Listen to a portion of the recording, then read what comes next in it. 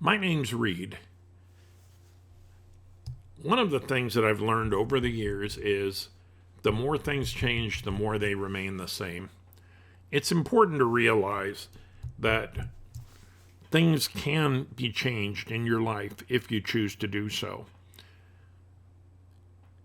When I graduated high school, I was in mediocre shape, never was much of an athlete, and led an active lifestyle, out dancing a couple nights a week and enjoying life. Over that next decade, I slowly put on some weight after high school and realized, oh my goodness, my 10-year class reunion's coming up and I put on almost 30 pounds. So I quickly looked for a solution. The first thing I did was buy a book. It's called Education of a Bodybuilder, and you can still get it. It's in print. The first half, written by the author, it covers that person's particular journey and what they did and how they discovered bodybuilding. The second half is how you can get started, and it covers 10 basic exercises. That became my Bible, and I focused extensively on staying active, weightlifting, and a good diet. So, over the period of 45 days, I dropped almost 30 pounds, almost exactly the weight that I had gained after high school, and realized this stuff works if you apply it. Well, another 15 years went by, and as I approached 40, I had put on almost 8 pounds a year, and it was atrocious. I think at my heaviest I weighed 306, and it was not pleasant. It was hard to move, hard to tie your shoes. You were breathless climbing stairs, and I realized there had to be something I could do, but I had no answer and had forgotten what I'd learned almost 15 years earlier. I met a gal who was a exercise physiologist. She had a degree in that. She also was a competitive bodybuilder and had not competed for a couple years, but still maintained a daily lifestyle in the gym. So I joined her for almost 7 months. We went the same time every day, and she coached me along the first few months, and I slowly cultivated my own program.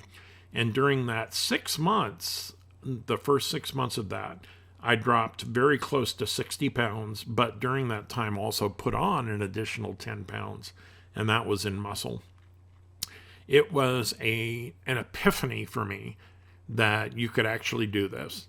And as I coasted through the rest of that first year, I realized coasting is what got me here, and I needed to set a new goal. So for the first 3 months of the second year, I actually signed up for a competition, 2 of them actually, and trimmed off another 46 pounds and put on another 8 pounds of muscle. So the net was somewhere around 96 pounds lost, but I had gained almost 20 pounds in muscle in the time that it took. I learned quite a bit. And during that time, those trial errors and mistakes in the first year helped me drop a significant amount of weight that second year in that little pocket of time. Join me as I resurrect this, and what I'm going to do is go day by day and focus on what it takes each day. The other thing I'm going to do is take some of the lessons learned from dieting and the intermittent fasting programs and how to go about regulating what your body needs, especially as you're older. What's interesting is if you do it right, I found that weightlifting turned back the clock. When people met me, they didn't think I was 40. They thought I was in my 30s, early 30s. And that 10-year turn back of the clock, because your body is regenerating itself so frequently with weightlifting, was huge. And my goal with taking this on now is to do exactly that. Turn back the clock, drop the weight, get healthy again, get off the blood pressure medicines, and also get my cholesterol back in control, which, again, diet and exercise will do. So check with your doctor if you want to join me. I'm happy to answer questions if you put them in the comments below. And I'm looking forward to this journey with all of you. So, again, check with your doctor. And if you want to get a book to get started, Education of a Bodybuilder, written by Arnold, and you may or may not like him. He's quite a polarizing figure, but it does cover what his journey was and why it worked and what his passion was. The other one is a huge scientific approach, and it's called Bodybuilding, the Scientific Approach by Dr. Fred Hatfield, who was confidently known as Dr. Squat. He was the Olympic powerlifting coach. Those are two great books to get started. If you want to approach a diet, there's a book by Negrita Jade. She passed away over a decade ago, but she actually coached my diet.